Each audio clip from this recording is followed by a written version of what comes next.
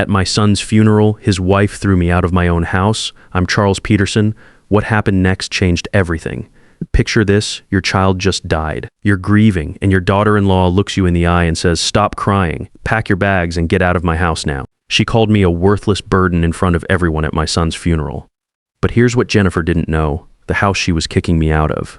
I built it with my own hands in 1992. The money she thought she inherited, $520,000 that was always mine. For 6 years, she lived off my generosity while treating me like charity. Instead of arguing, I just walked away. Sometimes silence is the most powerful response of all.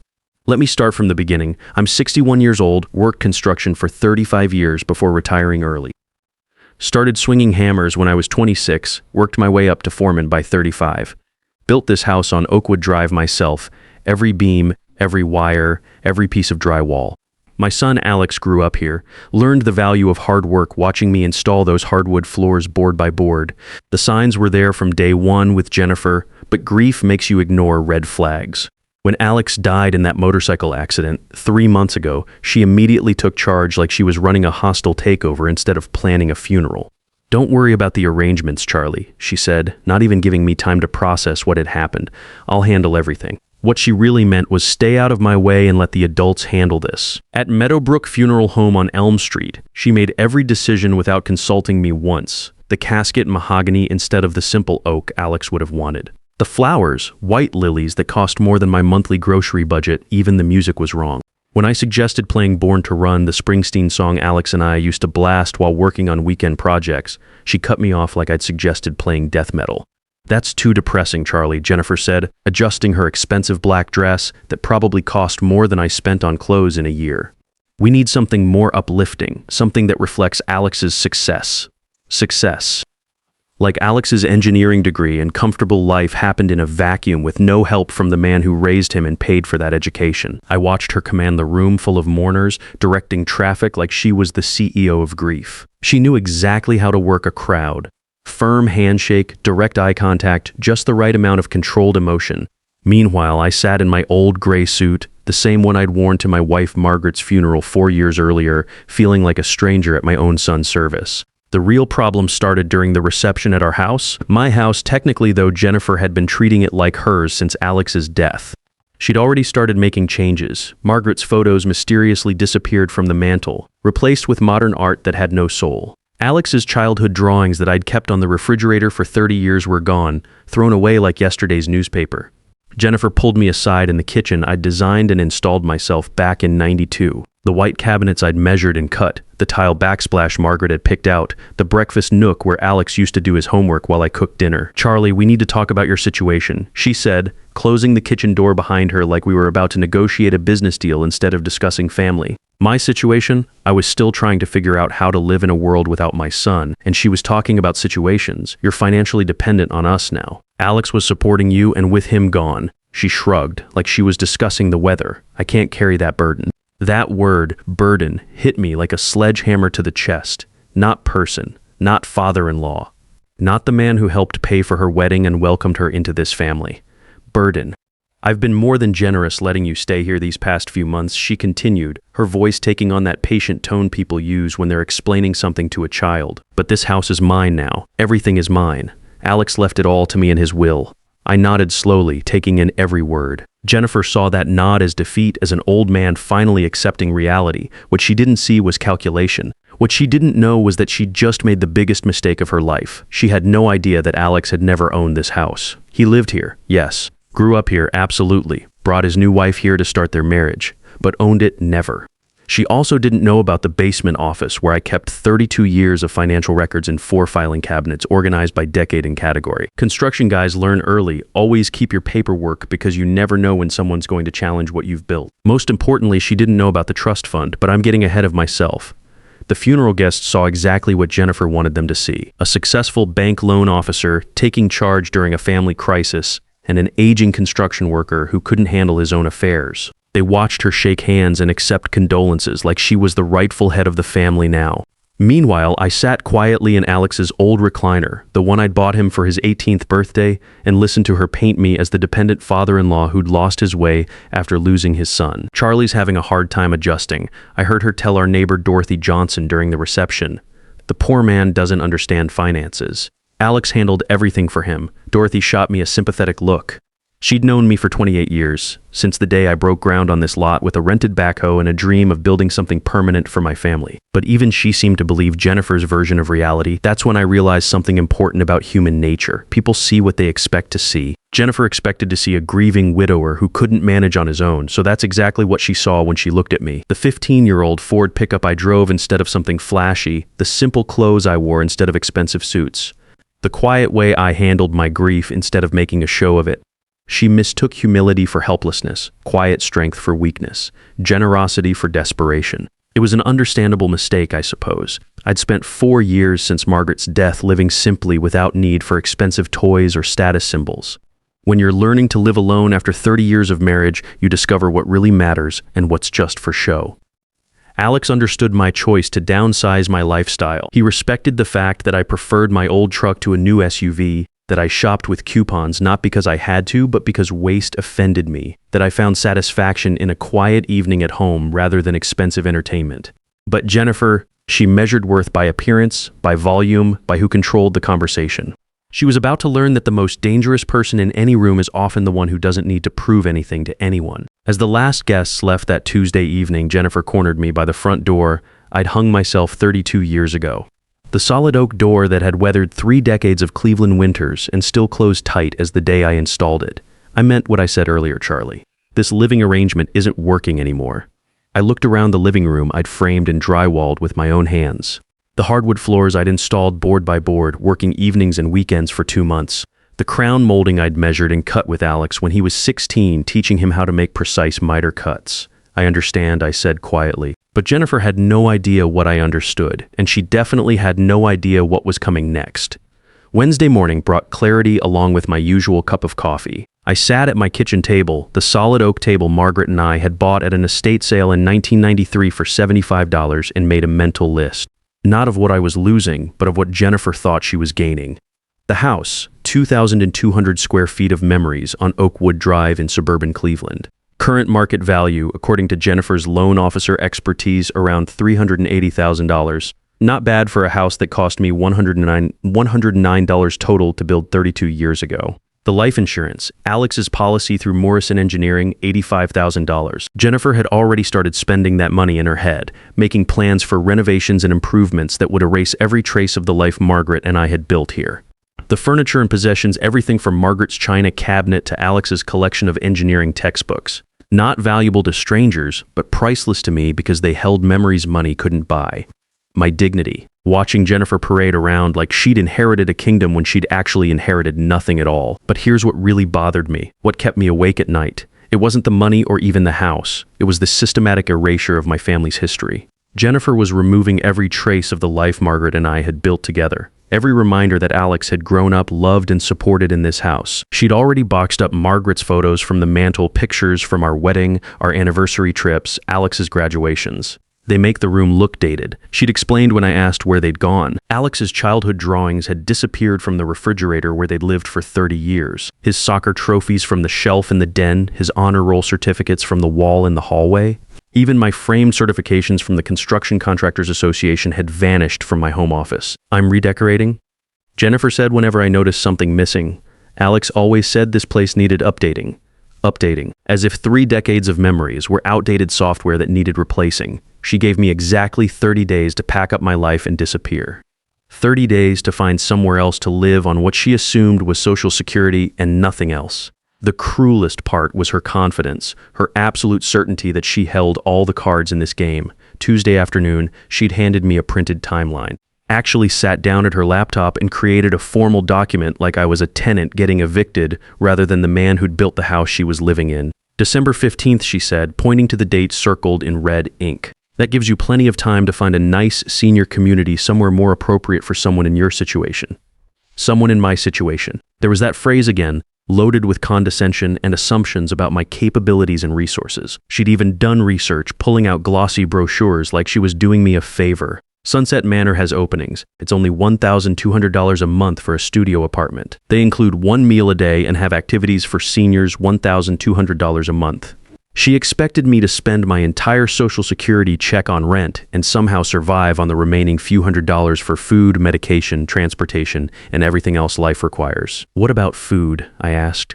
Doctor visits, prescriptions, clothes. She shrugged like these were minor details. There are programs for people in your situation, Charlie. Food stamps, Medicaid, senior discounts. The government takes care of elderly people who can't take care of themselves. The government, like I was some charity case who'd never contributed a day's work or a dollar in taxes to society.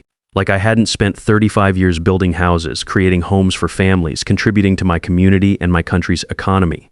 But Wednesday morning, sitting with my coffee and that mental list, I had a different realization. Jennifer had made one critical assumption that would prove to be her downfall, that Alex owned everything she was claiming as her inheritance. She'd been married to him for 6 years. She'd lived in this house for 6 years. She'd probably never seen a deed or a mortgage statement or any legal document that proved ownership of anything. Why would she? In her mind, Alex handled the finances just like his mother, and I had taught him the husband takes care of the money matters. Except Alex had never actually handled my finances. He'd helped me around the house after Margaret died, sure. Brought groceries when my arthritis flared up and gripping the steering wheel became painful. Drove me to doctor appointments when the cardiologist wanted to monitor my blood pressure medication. Helped me clean gutters and rake leaves when the physical work became too much for one person. But the money, the investments, the property deeds, the insurance policies, all of that remained mine to manage. I'd been handling my own finances since I was 18 years old and got my first construction job with Brennan Brothers Building Company in 1982. Jennifer saw Alex's helpfulness and assumed financial dependency. She saw my gratitude for his practical assistance and assumed I owed him money. She saw 4 years of quiet grief over Margaret's death and assumed complete defeat. The stakes weren't just financial, though the money was substantial.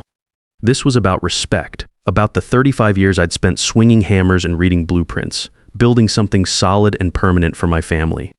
About the integrity that had carried me through 3.5 decades of honest work in an industry where your reputation was everything. If I said nothing, if I just packed my bags and shuffled off to Sunset Manor like a good little senior citizen who knew his place, what message would that send? That bullies win when they're loud enough and confident enough. That volume beats truth. That you can rewrite someone else's history if you're aggressive enough about it. More importantly, what would it say about the man who raised Alex? What would it teach anyone watching about standing up for yourself when family members try to take advantage of your grief? But I had something Jennifer didn't know about.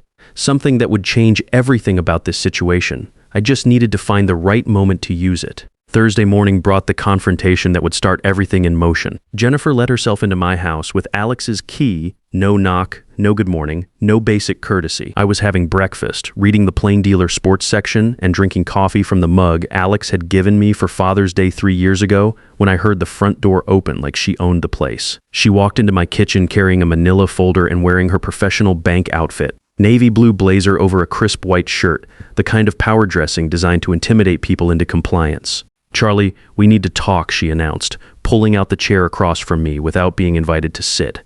"About what your finances." She opened her folder with the efficiency of someone conducting a business audit. "I've been thinking about your situation over the past few days, and I need to understand exactly what Alex was covering for you financially." I took a slow sip of coffee, studying her face over the rim of my mug. She had Alex's eyes, that same bright blue that could look sincere when she wanted something, but none of his warmth or genuine concern for others, such as the utilities, the property taxes, the homeowner's insurance, the maintenance costs. She pulled out a yellow legal pad covered in her neat handwriting. "Alex never gave me specific dollar amounts, but I need to know what I'm looking at so I can budget properly going forward." Budget for what? For taking over those payments, obviously.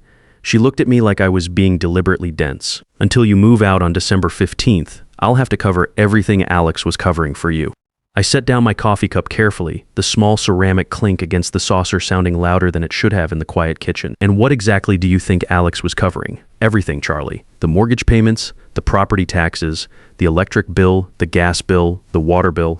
Her voice took on that patient, condescending tone again, the one people use when they're explaining something obvious to someone they consider slow. "You're on a fixed income. Social Security doesn't stretch far enough to cover a house this size in this neighborhood. Is that what Alex told you?" Jennifer's pen stopped moving across the yellow legal pad for the first time since she'd walked into my house uninvited. She looked slightly uncertain. "What do you mean? Did Alex specifically tell you he was paying my bills? He didn't have to tell me directly. It's obvious from the circumstances." She gestured around the kitchen like the evidence was sitting right there in front of us. How else could you afford to live here? This house is worth over $380,000 according to recent comparable sales in the neighborhood. And how exactly do you know what it's worth? I'm a loan officer at First National Bank, Charlie. I know property values throughout this area. I know what houses like this sell for, and I know what it costs to maintain them properly. But you've never actually seen the deed to this house, have you? The question hung in the air between us like smoke from a fire that was just starting to catch. Jennifer's confident expression flickered for just a moment, like a candle flame in an unexpected draft. I don't need to see the deed. Alex inherited this house when Margaret died 4 years ago. Did he? Of course he did. Who else would inherit it? You were married to Margaret for 30 years.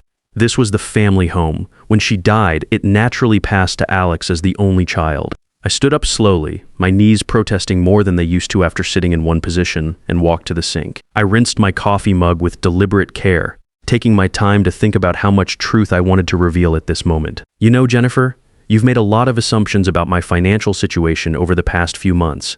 They're not assumptions, Charlie. They're reasonable conclusions based on observable facts. Really? What other facts do you have? She consulted her legal pad like it contained the secrets of the universe.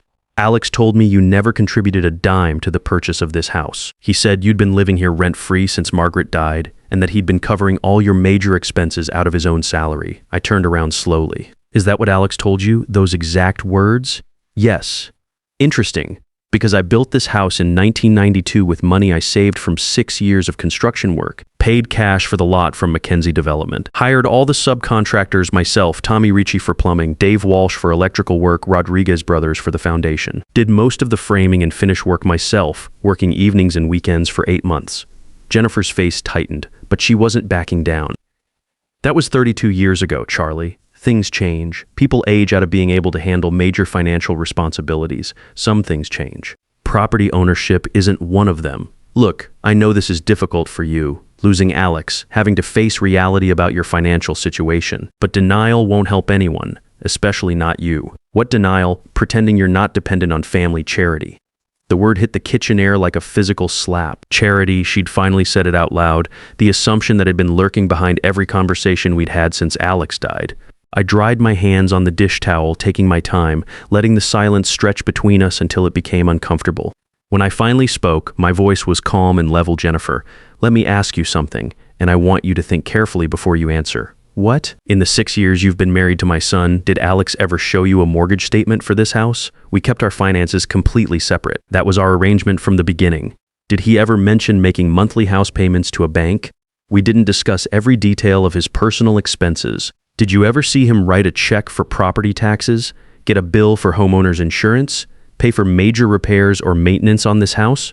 Her silence told me everything I needed to know. Here's what I think happened, I said, leaning against the counter. Alex helped me around the house after Margaret died. He picked up groceries when I needed them, drove me to medical appointments, did yard work when the physical labor became challenging. And you assumed that meant he was supporting me financially because that's exactly what it looked like. Appearances can be deceiving. Jennifer stood up, clearly frustrated with the direction this conversation was taking. Fine, Charlie. If you're so confident about your financial position, show me the deed to this house. Show me proof that you own it. I don't have to prove anything to you. Yes, you do. Because I'm Alex's widow, and according to his will, I inherited everything he owned. Did you stop answering my questions with questions? Stop making assumptions about things you know nothing about. We stared at each other across the kitchen. Jennifer's jaw was tight, her professional loan officer composure beginning to crack under the pressure of having her assumptions challenged. You have until December 15th, she said finally, gathering her papers. After that date, I'm changing the locks on this house. We'll see about that. But I just smiled and started loading the breakfast dishes into the dishwasher. Some conversations are better finished with lawyers present and legal documents on the table. Friday afternoon, I went down to the basement and opened those filing cabinets for the first time in months. What I found there would change everything Jennifer thought she knew about this situation. Monday morning, I sat in attorney Patricia Williams' office with 3 manila folders on her mahogany desk. Patricia had been handling my legal affairs for 15 years. She knew exactly what those folders contained. Charlie, she said, adjusting her reading glasses, are you absolutely sure you want to proceed with this? I'm sure. Because once we start this legal process, there's no taking it back. Jennifer will know everything. Good, it's time she learned the truth. We reviewed the contents systematically, the original deed showing my sole ownership, property tax records spanning 32 years. The family trust with its current balance of $523,847 and Alex's status as a lifetime beneficiary, never a trustee or owner. So Jennifer believes she inherited a $380,000 house and $85,000 in life insurance. Patricia summarized, "That's right. But actually, she inherited nothing. The house belongs to you and the insurance money goes to your trust." Exactly. When do you want to have this conversation with her? Tomorrow.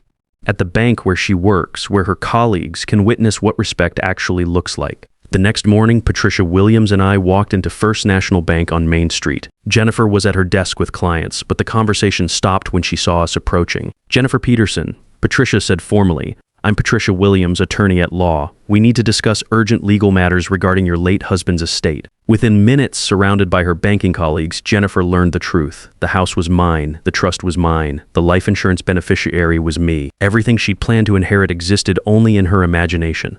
"I didn't know," she whispered, her professional composure completely gone. "You didn't ask," I replied simply. "Could we work out some kind of arrangement?" I looked around the bank where every employee was listening. "Jennifer, respect isn't negotiable. It never was." 3 weeks later, she stood on my porch with a box of belongings, photos and mementos that somehow belonged to me. "I'm moving to Columbus," she said. "Fresh start. I hope you learned something from this."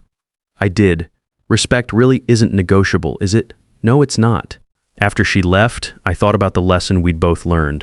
Sometimes the most powerful thing you can do is simply tell the truth and let people face the consequences of their assumptions. Alex would have been proud of how I handled it. Margaret would have approved of the quiet dignity I maintained throughout. Sometimes quiet strength beats loud ignorance, and sometimes the most powerful people are those who don't need to prove anything at all. Remember, quiet doesn't mean weak. It just means selective about when you use your voice. The most expensive education in life comes from underestimating the wrong person, and some lessons cost you everything you thought you owned. True power isn't in making noise about what you have. It's in the quiet confidence of knowing exactly what you've built, earned, and deserve.